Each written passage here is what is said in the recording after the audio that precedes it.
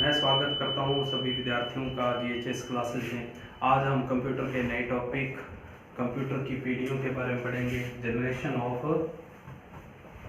Computer.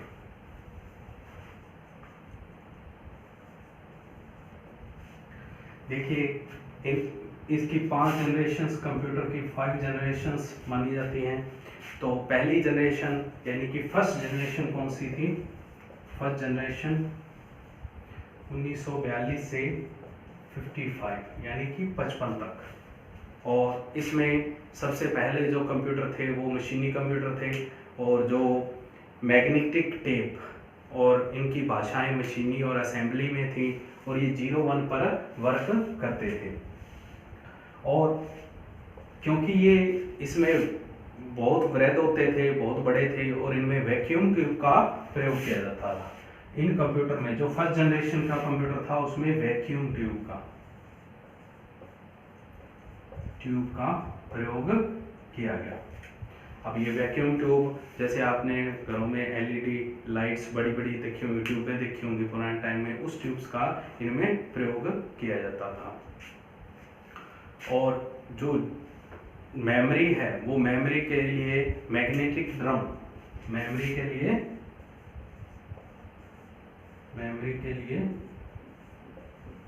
Magnetic drum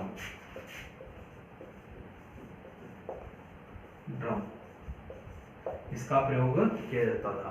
क्योंकि आप memory में ही किसी चीज को सेव करते हैं तो उसके लिए मेमोरी के लिए मैग्नेटिक ड्रम का प्रयोग किया जाता था। और इनपुट के लिए पंच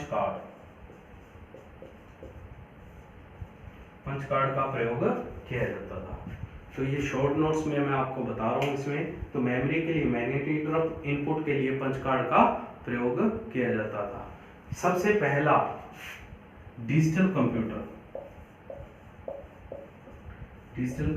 था ENIAC, और इसकी फुल फॉर्म थी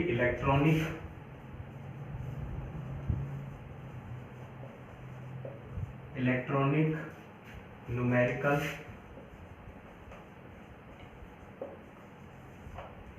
इंटीग्रेटेड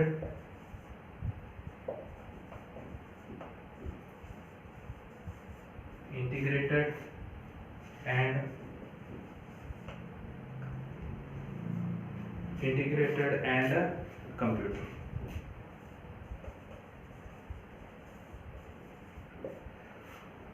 तो आप नाम से ही इसके समझ गए होंगे, इलेक्ट्रॉनिक विद्युतीय, न्यूमेरिकल जो नंबर्स हैं उनके अकॉर्डिंग, इंटीग्रेटेड एंड कंप्यूटर, और इसका प्रयोग किया जाता था। ये एक डिजिटल कंप्यूटर था पहला, और इसमें 18,000 वैक्यूम का प्रयोग किया जाता था।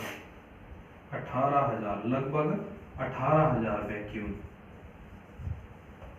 ट्यूब का प्रयोग किया जाता। और इस जनरेशन में कंप्यूटर्स काफी कॉस्टली या कीमती होते थे, जिसके कारण इन कंप्यूटर्स को परचेज करना और इन पर वर्क करना बड़ा मुश्किल होता था, क्योंकि ये मशीनी लैंग्वेज में होते थे, मशीनी और असेंबली लैंग्वेज में।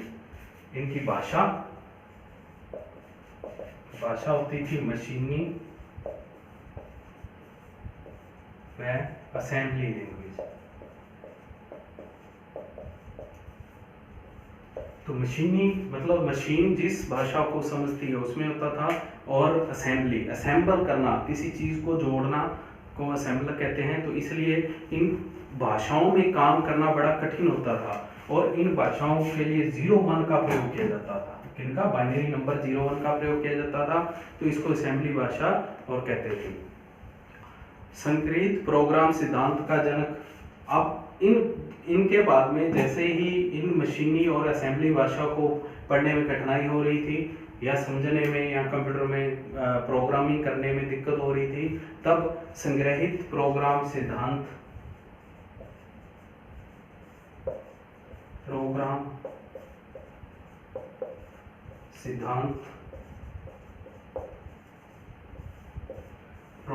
संग्रहित प्रोग्राम सिद्धांत का जनक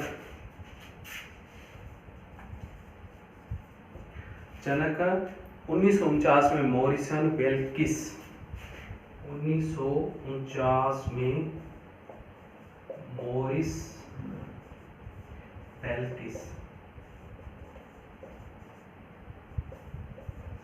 बेल्किस